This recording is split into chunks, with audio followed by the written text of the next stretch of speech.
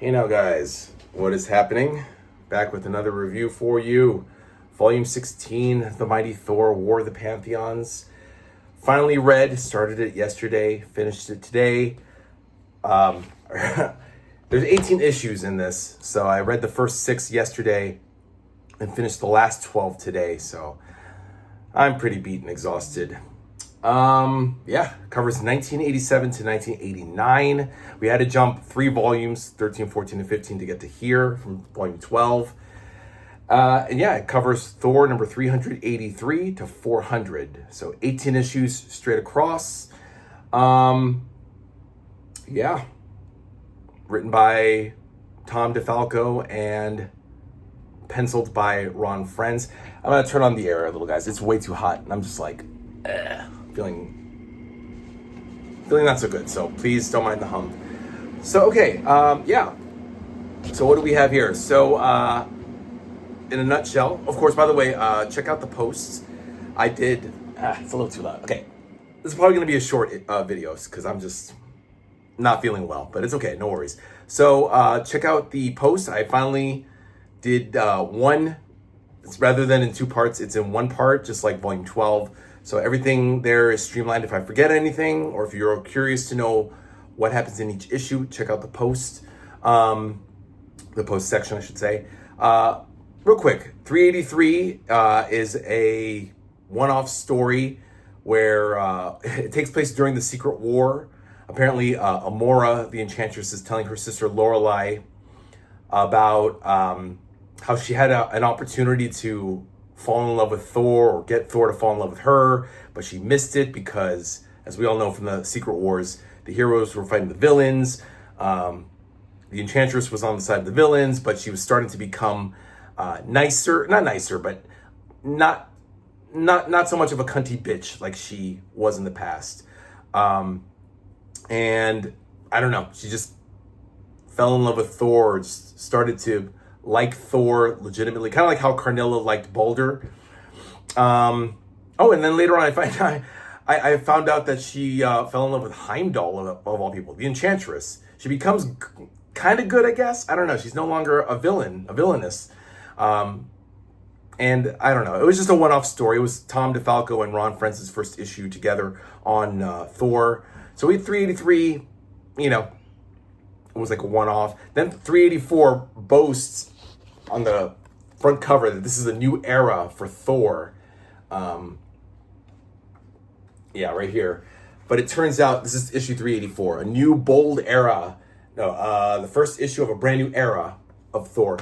But it's Thor the future, but not Thor. It's some kid. What was his name?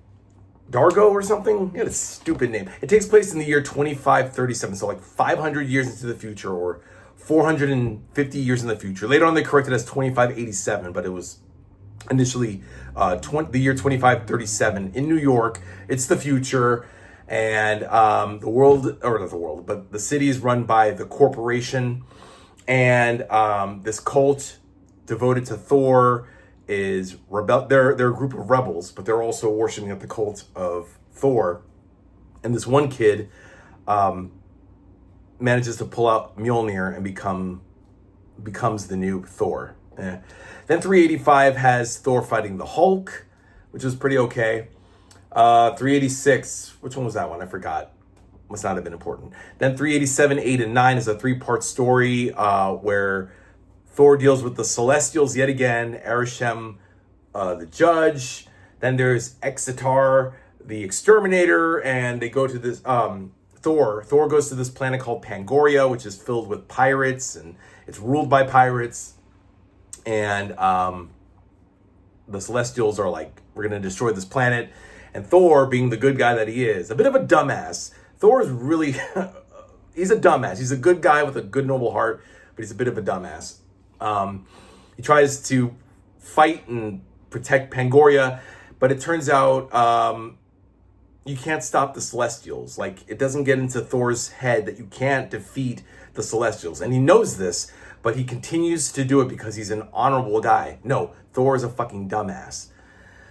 Oh my God, he's noble to a fault. That's his problem. But It turns out that the Celestials wipe away all the evil within Pangoria, including the pirate king named Pegasus, but spares everybody else who's innocent. So Thor and all the children and Mila, who was working for Pegasus, but she's kind of falling in love with Thor there a little.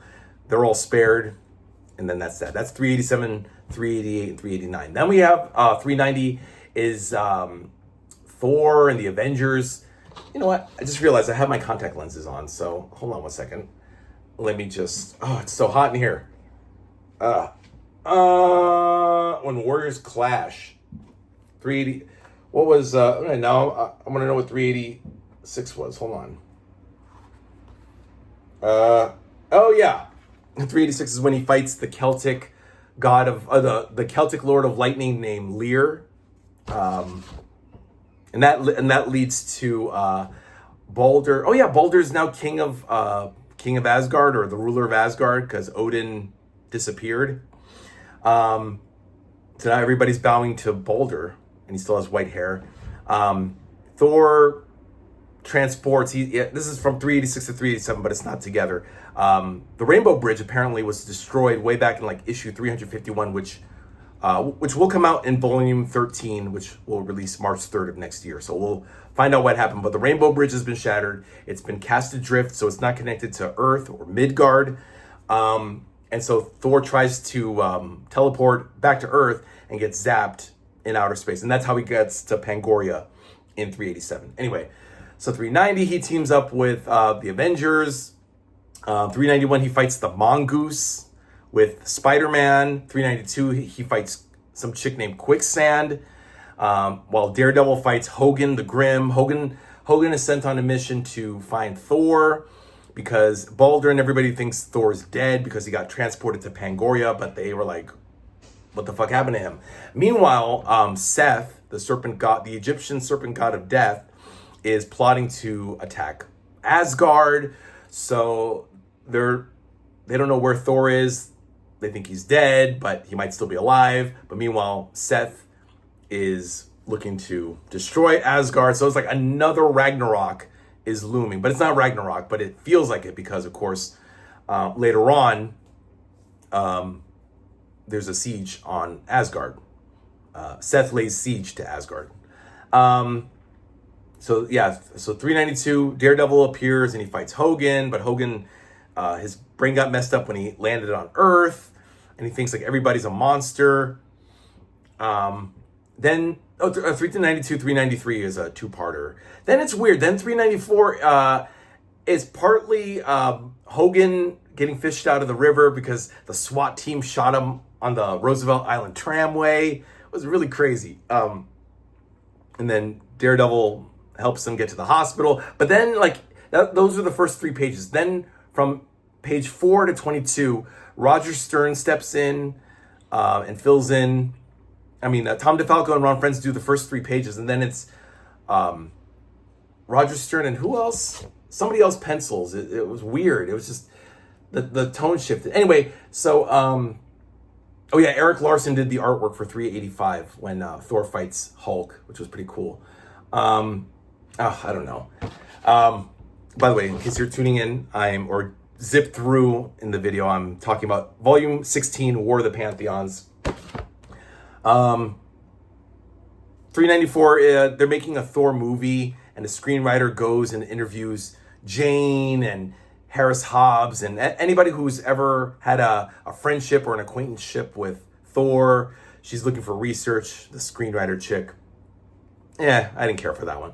Then we pick up from 395 through 400, the last 6 issues, is a 6-part War of the Gods. It's funny, they say in the book War of the Gods, but it says here War of the Pantheons. I don't know why they weren't consistent with the name, but... because I think Volume 8 is War of the Gods, right? Yeah, War of the Gods is Volume 8. This book came first, so this should have been War of the Gods, and then they should have given Volume 8 another title. Anyway, so finally Seth attacks Asgard fully. Oh my god, so much happens. Thor eventually finds Odin at the end of issue 398. He's held captive in the Black Pyramid by Seth. They help free the Egyptian gods who are powerless because Seth took their power. So Horus, Osiris, Isis. There's these three people named Earth Force. There's Earth Lord, Wind Warrior, and Skyhawk. Normal mortals who were created into godly beings by Seth to serve him, and then they turn on him and help Thor fight Seth. And then the Celtic gods come back. There's Lear. There's Dagda. There's who else? Caber. And I mean, just like with the Fall of Asgard in Volume 5, just like 273 to 278, when Odin staged the false Ragnarok, the Eternal Saga, all that, we get this huge ass storyline where everybody is just converging and fighting for Asgard or trying to destroy Asgard. Surtur enters the mix right at 400. Odin switches places with Thor, so now Odin is fighting Seth, while Seth becomes this big giant snake, and Thor takes on Surtur instead of Odin, because that's why apparently in Volume 13, we'll find out in Volume 13 during the Surtur War, Odin disappears, Surtur disappears, the Rainbow Bridge gets destroyed, all hell breaks loose. But yeah, I don't know what to show you. I mean, I guess I should show you the battle scenes. But yeah, Amora, I guess, is reformed. So she's now a good person. She has her sister Lorelei. Oh yeah, she's in love with Heimdall, which is crazy. Heimdall, I thought he died, but he apparently came back to life. So then the Enchantress tries to kill Seth, but then it doesn't hurt him. Oh, this is where they find Odin. They find Odin all... This is the end of 398. So they find him all chained up by Seth. Carnilla looking very wicked. Oh, there's a really cool picture. Look at the splash page. Lots of splash pages look really awesome. I mean, Ron Friends, amazing artist. I hope you guys get a chance to read this book. I actually looked on Amazon again. It's not cheap anymore to buy this, and they have yet to release a second print. So good luck finding it, guys, but I hope you get it. Where is it? Oh, here it is. Look at this badass picture of Carnilla's face, just like right here. Like, she just looks so swanky. I love it. That's Ron Friends, of course, doing that. Sif is involved, the Warriors 3. Seth turns into a big giant snake and starts attacking everybody. Thor's fighting Surtur. I mean, I would say special mention is 395 to 400, the 6-part War of the Gods, War of the Pantheon, or Pantheon storyline. Black Knight from the Avengers. Apparently the Avengers split up. This is during when, right when Avengers turns 300, issue 300, which, by the way, it's funny.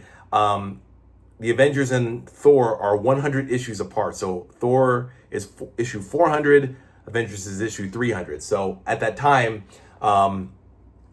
Black Knight's sword, the ebony sword, is cursing him. So he's becoming like a statue, and Thor in Avengers finds a way to free him from that. But meanwhile, they're having this fun here in Asgard. Oh, look at this. Look at that splash right there between Thor and Odin. Thor is like ruminating about how he failed, and Odin's like, there, my son, it's okay. You did your best.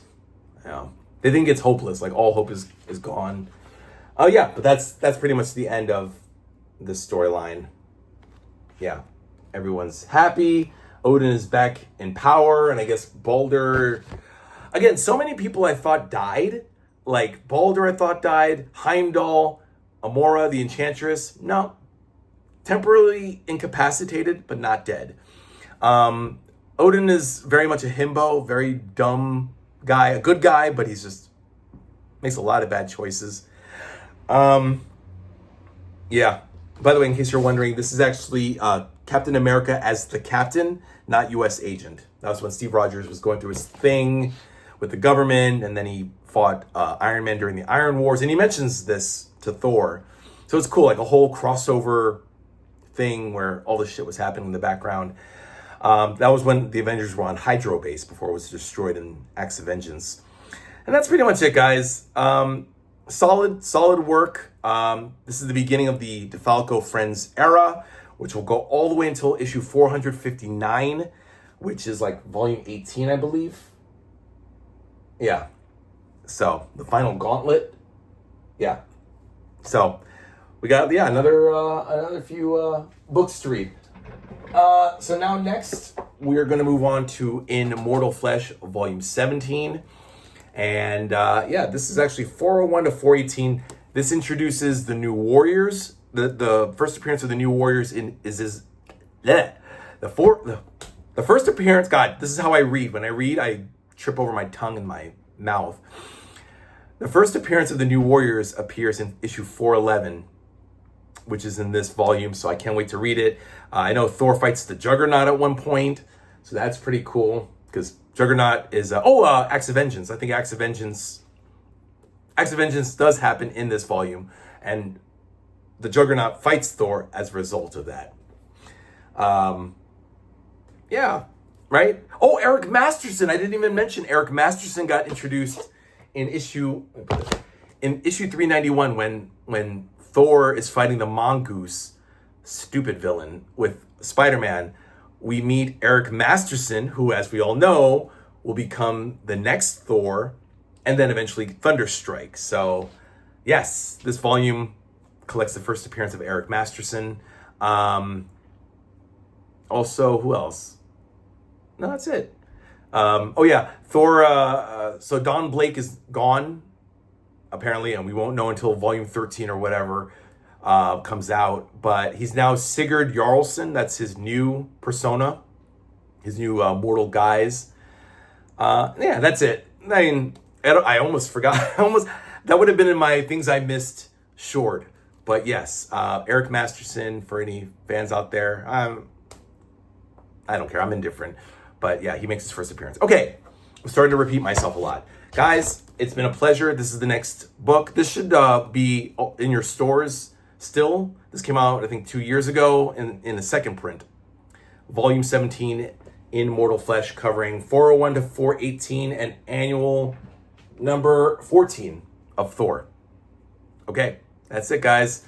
Take care. I almost didn't do this video because I was going to stay in the city and go to a party, but I didn't want to let you guys down. All right, like and subscribe, or don't, guys. I don't give a fuck. But I love you. Keep reading those epics. I read them, so you don't have to, but I encourage you to read them because they are fucking awesome. All right, guys. Let me know what you think in the comments, and I'll see you next time. Bye-bye.